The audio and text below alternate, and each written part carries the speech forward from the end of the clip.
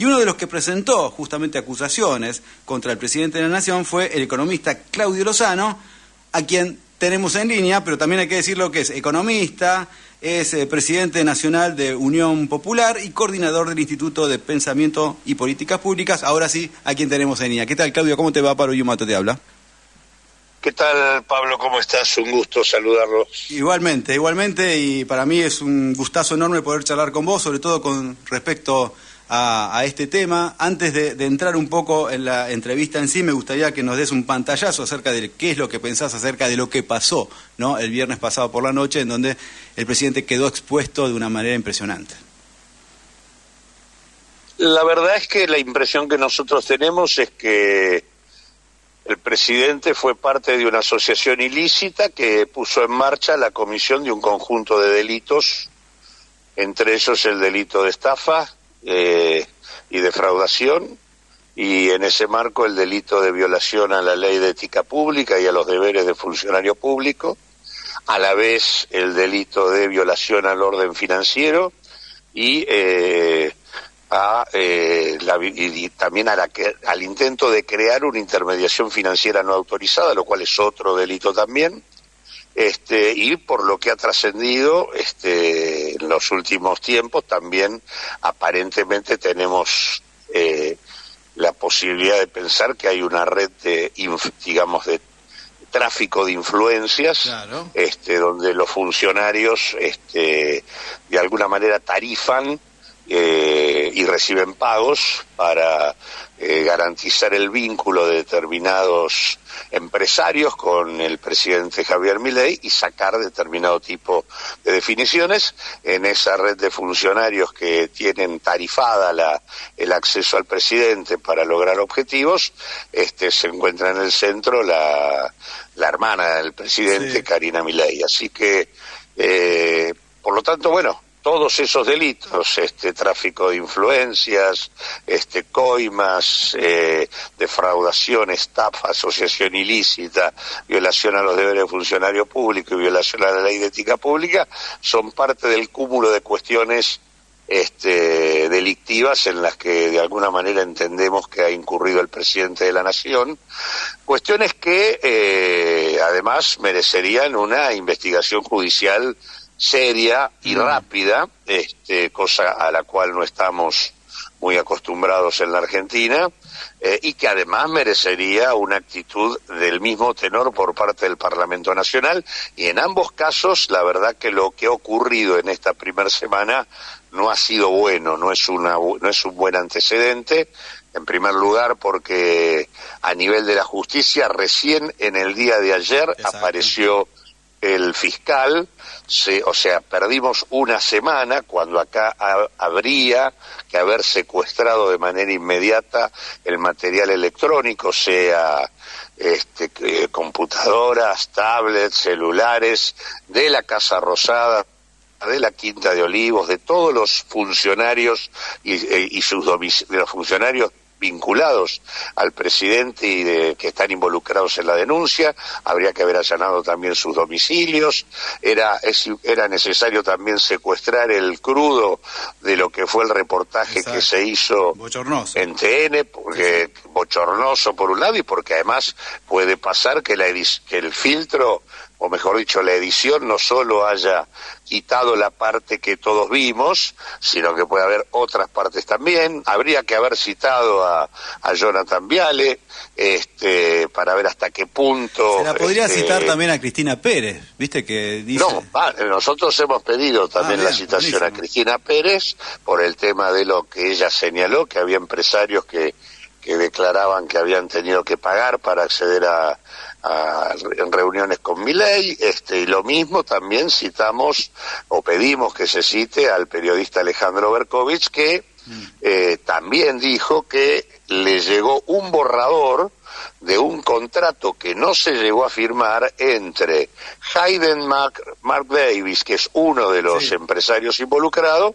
y el presidente Javier Milei, para que este señor, este empresario, sea el exclusivo representante del presidente en toda la cuestión de las criptomonedas. Así que bueno, cada vez, a medida que va saliendo más información, cada vez es mayor la cantidad de temas, y creo que bueno, además, digamos, creo que acá hay un tema de fondo, más allá de la cosa particular del presidente. Lo cierto es que todos los damnificados, y sobre todo aquellos que tienen que ver con el resto del mundo y los Estados Unidos en particular, donde ya hay presentaciones muy concretas de importante cantidad de damnificados, van a llevar la demanda sobre el Estado argentino, claro, a partir del involucramiento del presidente, con lo cual vamos a estar demandados de pagar y compensar las pérdidas de quienes fueron estafados, y la única manera de que no tenga que hacerse cargo el Estado argentino, es decir, todos nosotros, de pagar este desatino absoluto, es que se discrimine y quede claro que acá hubo un accionar ilegal y consecuentemente es el presidente con estos empresarios y sus funcionarios en una asociación ilícita los que tienen que responder con su patrimonio. De lo contrario, responde el patrimonio estatal. Entonces, en ese sentido, que la justicia vaya lento y que el Parlamento ni siquiera haya podido sacar una comisión investigadora, cuando en realidad esto justifica y amerita cosas mucho más profundas, como es claramente la del juicio político, la verdad es que es un problema, porque claramente nos están dejando a todos al libre albedrío, obvio, de lo que termine ocurriendo. Claudio, ahí tenemos 2 puntos, por ejemplo, que vos estás mencionando. Por un lado, el tema de la justicia, ¿sí? Que se tardó una semana, esto lo había tomado María Servini de Cubría, después se lo pasa al fiscal Tayano, y recién ayer se tomó algunas medidas. Lo que quería preguntarte es, ¿cómo crees que la justicia va a intentar tapar? Porque ahora yo me estaba enterando que, por ejemplo, el hijo de Tayano trabaja en la Secretaría de la Presidencia con la hermana de Milei. O sea, a ver, es algo que no lo puedo creer, pero es así. Digo, este tipo va a defender ¿a quién? Va a tratar de evitar que todas estas acusaciones, estas denuncias que ustedes están haciendo, bueno, se vayan diluyendo de la mejor manera posible. Eso por un lado. Y por otro lado, también te quería comentar lo que pasó ayer en el Senado de la Nación, otro papelón de la clase política argentina, de un tipo, ¿sí?, que había presentado el proyecto o impulsado el proyecto para que se genere una comisión investigadora, después termina votando en contra porque dice que hubo presiones del gobierno a los gobernadores y de los gobernadores a ellos para que, bueno, lo defendieran un poco y no se armara tanto lío. A ver, ante esta situación, ¿qué es lo que se puede hacer? Porque el establishment está a full tratando de cubrir a este loco que tenemos como presidente. Sí, la verdad que sí, y creo que este tema de que, digamos que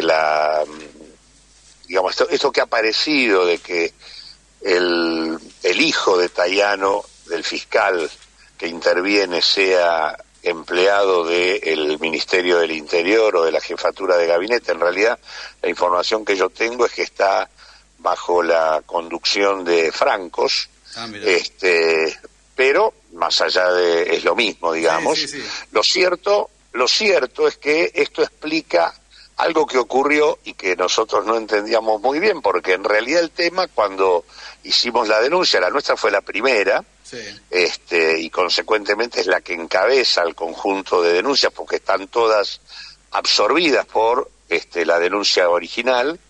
En realidad nosotros pedimos la inmediata puesta en marcha de la producción de la prueba, y el tema es que el fiscal no estaba ausente. No sabemos bien por qué, trascendió que estaba en un congreso en Italia, pero cuando el fiscal está ausente hay un fiscal que lo reemplaza, que era el fiscal Policiti, que podría haber tomado cartas en el asunto y comenzar el proceso de investigación. Pero ¿qué pasó aquí? Tayano pidió que se lo espere, claro, que no empezara la investigación. Aguanten, que tengo a mi hijo trabajando ahí. Recién apareció el viernes, y ahí nos enteramos de la explicación, porque este señor resulta que tiene el hijo trabajando en el gobierno. La verdad que nosotros estamos evaluando la posibilidad de una presentación que cuestione la posibilidad de que este señor siga a cargo de la investigación. El hijo del fiscal Federico Tayano trabaja en jefatura de gabinete. Este es el dato que Exacto. tengo acá. Increíble. Bueno. Entonces, y después respecto al conflicto de intereses, si los hay, acá más claro, échale agua. Por eso mismo. Y por otro lado, respecto al tema parlamentario, bueno, creo que ya estamos acostumbrados, ¿no?, a lo que implica que el Parlamento ponga en marcha algo y luego se desdiga en función de las presiones. No son las presiones, solamente es la permeabilidad a las presiones. ¿No? Que te presionen no es ninguna novedad, pasa siempre. Que vos en todo caso hagas eso es una decisión. Bueno, pero que esto se toma. Está relacionado con que no se votó el presupuesto. Entonces, como no hay discrecionalidad de nada, entonces, bueno, sí, hay discrecionalidad. Se manejan con todo. No se votó el presupuesto porque el Parlamento permitió que no se vote el presupuesto, porque había presupuesto para votar, había cosas para presionar, pero el Parlamento no hace uso de su capacidad de incidencia. Aparte, vos fíjate que ayer, el jueves, fue realmente un papelón en todos los planos, porque no solo que ni siquiera en el marco del escándalo de esta estafa el Parlamento asume que tiene que hacer algo, sino que el propio presidente le revolea al Parlamento un decreto pasando por encima de lo que el propio Parlamento había resuelto, que era no tocar al Banco Nación. Exacto. Y le revolea un decreto diciendo que lo va a transformar en sociedad anónima, y aún así ni siquiera tienen la dignidad de sostener la necesidad de la investigación y de rechazar ese decreto, porque aparte este decreto no es por casualidad que se saca ahora en el momento en donde está pasando lo que está pasando con esta estafa, y en donde además Milei viaja a Estados Unidos. Milei viaja a Estados Unidos llevando en bandeja la oferta de que tiene una joya para vender, como es el banco, para que Trump y el fondo le empiecen a ponerle algún cordón sanitario para que no se desmadre el quilombo que tiene a nivel judicial en los Estados Unidos. Eso, digamos, como nadie pudo con el Banco Nación hasta acá, porque el intento de privatizarlo viene desde Martínez de Hoz, Cavallo, Macri, y nunca se pudo, y acá se logró sacarlo también por presión social, por el millón de firmas que se puso en marcha y que logró que el Parlamento hiciera lo que tenía que hacer en ese punto. No es por casualidad que lleva esto para decir, mire muchachos, puedo privatizar esto, a ver si por favor me contienen, porque ahí en los Estados Unidos, con el FBI atrás respirándole en la nuca a este empresario Davis, este empresario Davis está hablando y diciendo todo. Porque tiene que decir todo, porque si no sabe que su suerte en los Estados Unidos está muy complicada, y por eso es que este empresario es el que levantó todo el velo de toda la situación, porque es el que muestra que tiene control sobre el presidente, porque el lunes a la madrugada este señor dio un reportaje donde dijo que emplazaba en 48 horas al presidente de la Nación para que volviera a ratificar el respaldo a la moneda, que era su compromiso. Y además que le dijera qué hacía con los $100 millones, y el lunes al mediodía el propio Milei, cuando ya se había instalado todo el escándalo, volvió a publicar un tuit en donde incorporaba un tutorial para explicar cómo había que invertir en la moneda, es decir, se hizo cargo de la presión del empresario aún luego de que la estafa ya estaba consumada. Y del mismo modo este señor Davis hizo trascender el tema de los pagos a Karina, la posibilidad de que a través de esos pagos lograr que Milei haga todo lo que él quisiera. Digamos, esto no tiene ninguna otra explicación que la presión que efectivamente ejerce el FBI sobre este señor en función de la investigación que se puso en marcha de manera inmediata sobre este personaje que además nadie sabe quién es, apareció de improviso suizos, la verdad que no lo puedes ubicar ni siquiera en Google, no lo conocían en la SEC de los Estados Unidos, no era un empresario. Creo que ni siquiera se llama así. Meg Davis creo no que se llama así. No se llama así. No se llama así. Así que bueno, esto es un despropósito completo, que es donde, bueno, está claro acá un punto, que hay algún objetivo central que tenemos que tener todas aquellas expresiones políticas y sociales que queremos que este país sea otra cosa mucho mejor que esta pesadilla que estamos viviendo, es que hay que cambiar la composición parlamentaria en favor de ponerle límite a esto y armar un proyecto diferente en las elecciones legislativas del 25, porque lo que necesitamos es que el cuestionamiento social que existe a las políticas de Milei tenga traducción institucional, que es lo que no ocurre. Acá puede haber una movilización multitudinaria, como la hubo con el tema de las diversidades, o como la hubo con el tema universitario, o como la hubo con discusiones, o como hubo discusiones importantes que dieron las tres centrales, el tema de derechos humanos, el tema de, digamos, jubilados y demás, y institucionalmente no pasa nada, porque este Parlamento le da la espalda a todo, y le da la espalda a todo sobre la base de la complicidad de todas las fuerzas políticas en diferentes proporciones, porque es completa la complicidad del PRO, es casi completa la complicidad de buena parte del radicalismo, y es también importante la fuga que vía gobernadores y determinadas cuestiones tiene también el propio Partido Justicialista o Unión por la Patria, que de hecho, por ejemplo, en el tema de las PASO, una herramienta necesaria para consolidar un frente con las corrientes populares que hay que cobijar en su seno, para eso es necesaria la PASO, si no se hace más difícil, ni siquiera se pudo sostener una posición común. Solamente 49 diputados votaron en contra del proyecto oficial,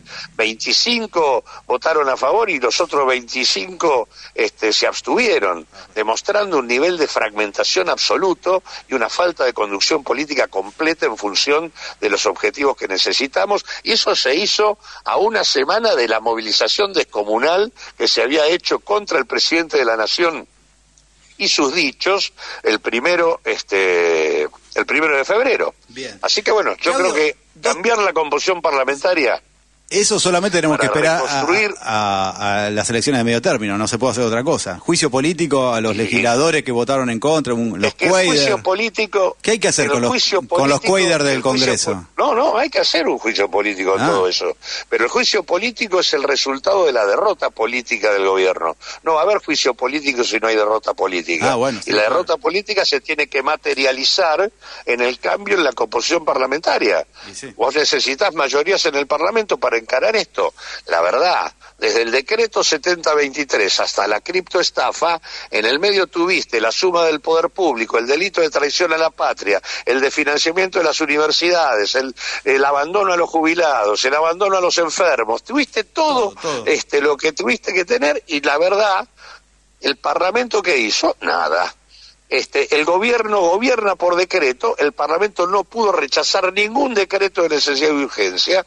Bueno, está claro que hay que cambiar la composición parlamentaria, logrando un espacio político que tenga algunas cosas claras respecto a lo que hay que hacer. Primero, no se puede permitir el gobierno por decreto. Es más, hoy, después de ver que el presidente es un estafador, el Parlamento debería haberle quitado ya la delegación de facultades. Absolutamente. ¿Cómo puede ser que el Parlamento mantenga la delegación de facultades cuando tenés un estafador en la presidencia de la Nación? Vamos a escarbar bien, Claudio. Quiero que me lo digas con todo lo que vos ya sabés. ¿Por qué crees que esto está sucediendo? ¿Por qué gran parte del Congreso Nacional apoya a este enfermito?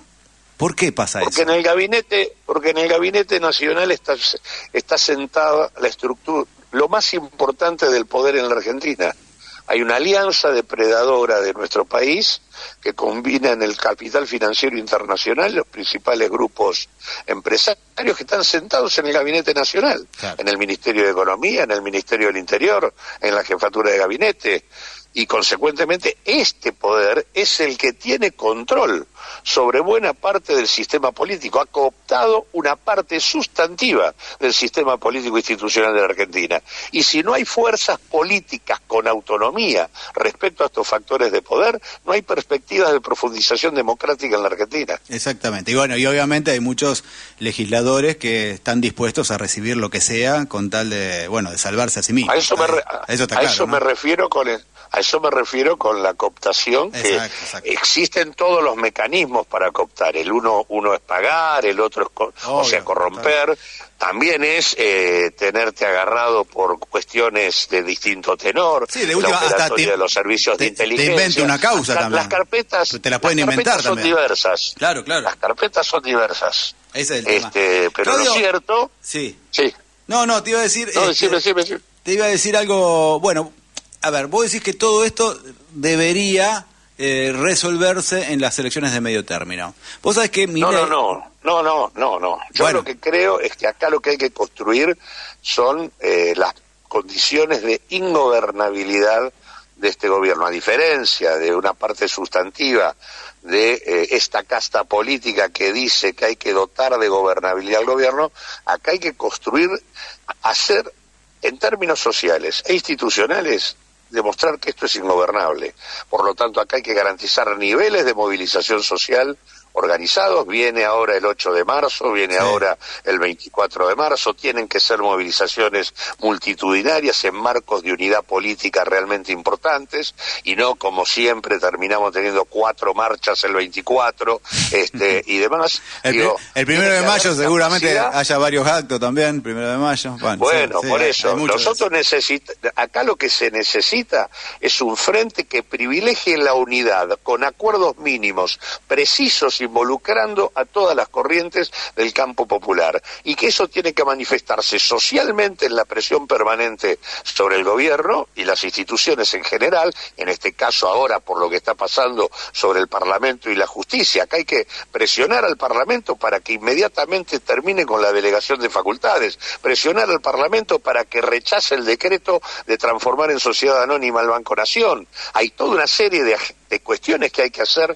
de manera inmediata, y al mismo tiempo que en el campo social hay que hacer esto, en el campo institucional de cara a las elecciones legislativas hay que poner en el centro una estrategia de unidad profundamente democrática y seria, con definiciones políticas concretas, para cambiar la composición parlamentaria en dirección a tener mayoría suficiente para garantizar el juicio político que termine con esta pesadilla. Bien. Bueno, a ver, teniendo en cuenta todo esto que acabas de decir, vos sabés que Milei hoy ahora está en Estados Unidos tratando de ver, entre otras cosas, si puede lograr que le den el préstamo del famoso 10 mil millones de dólares que necesita para sostener el dólar planchadito y mantener esta inflación que supuestamente está en descenso, y todos sabemos que está también tocada para evitar que se vaya por las nubes.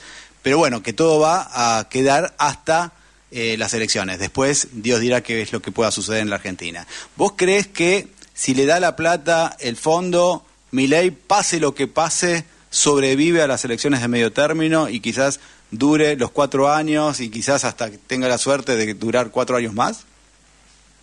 Mira, la verdad que yo creo que eso depende de la capacidad que tengamos de generar algo parecido a lo que te acabo de mencionar. Si no hay capacidad de armar un frente político distinto a los que hemos tenido hasta acá y que han sido absolutamente fracasados, me refiero a Unión por la Patria, me refiero al Frente de Izquierda, en el sentido de las experiencias del campo popular fueron derrotadas. Por eso te digo, por lo tanto, a mí me asusta, el otro lado, claro. Hay que armar otra cosa. Y bueno. Si somos capaces de armar otra cosa, que tenga una perspectiva mucho más clara, definida, respecto a qué hay que fijar hoy como cosas fundamentales de acuerdo para abrir un tiempo distinto. Y eso se hace en un marco de unidad y de democracia interna y convocando a la sociedad.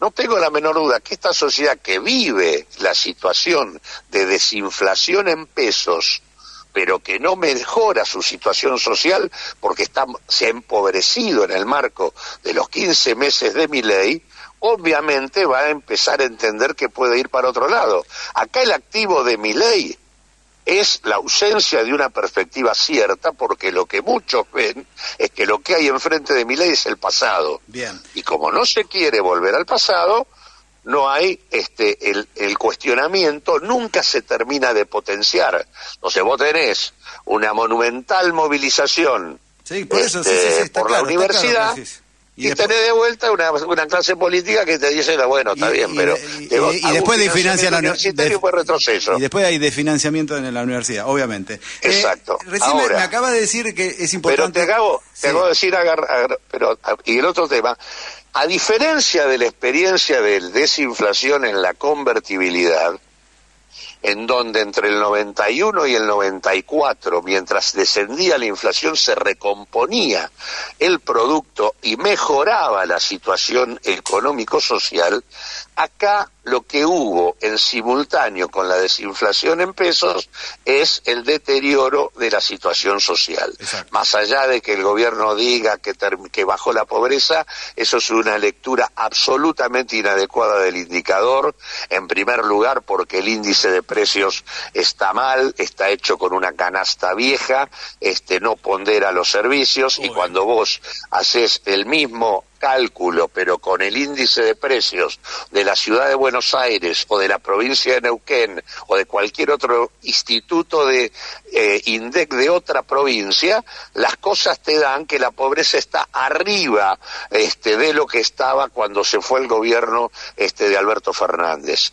Eso en segundo lugar, los salarios no se recompusieron. En realidad, los únicos que se recompusieron y llegan a estar 2 puntos abajo de lo que estaban en noviembre del 2023 son los salarios de los trabajadores formales, pero los trabajadores del sector público y los trabajadores informales están por debajo. Y los formales, que son los que más recuperaron, en realidad son menos que antes, porque se destruyeron 370.000 puestos de trabajo que fueron reemplazados por 320.000 empleos de carácter precario y de carácter informal con menor nivel de ingreso.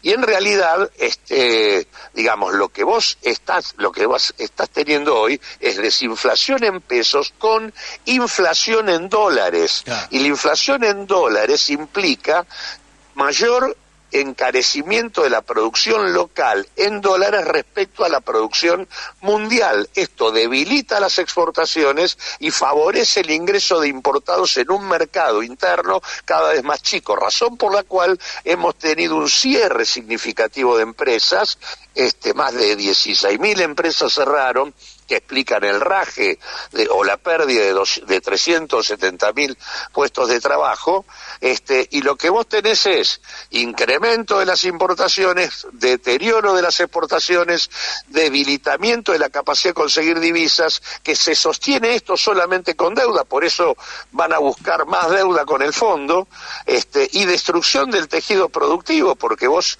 en realidad lo que estás es profundizando el proceso de desindustrialización de la Argentina con el impacto de mayor precarización en el empleo y en las condiciones de vida del país. Eso es lo que está pasando, y consecuentemente si se arma una estrategia política seria, no tengo la menor duda que es factible derrotar a Milei en el 2025. Lo que puede pasar es que no estemos a la altura de las circunstancias, porque claramente hay una parte central del sistema institucional que funciona claramente como una casta absolutamente disociada de los intereses de la sociedad y absolutamente asociada a los intereses del poder económico y del capital financiero. Perfecto. Claudio, millones de gracias por esta charla. No, al contrario, gracias por llamarme. Te mando un fuerte abrazo, que sigas bien. Igualmente. Hasta luego. Bueno, ustedes lo escucharon, era el economista Claudio Lozano, que obviamente dijo todo lo que la mayoría que escucha este programa piensa en relación a lo que está pasando en nuestro país.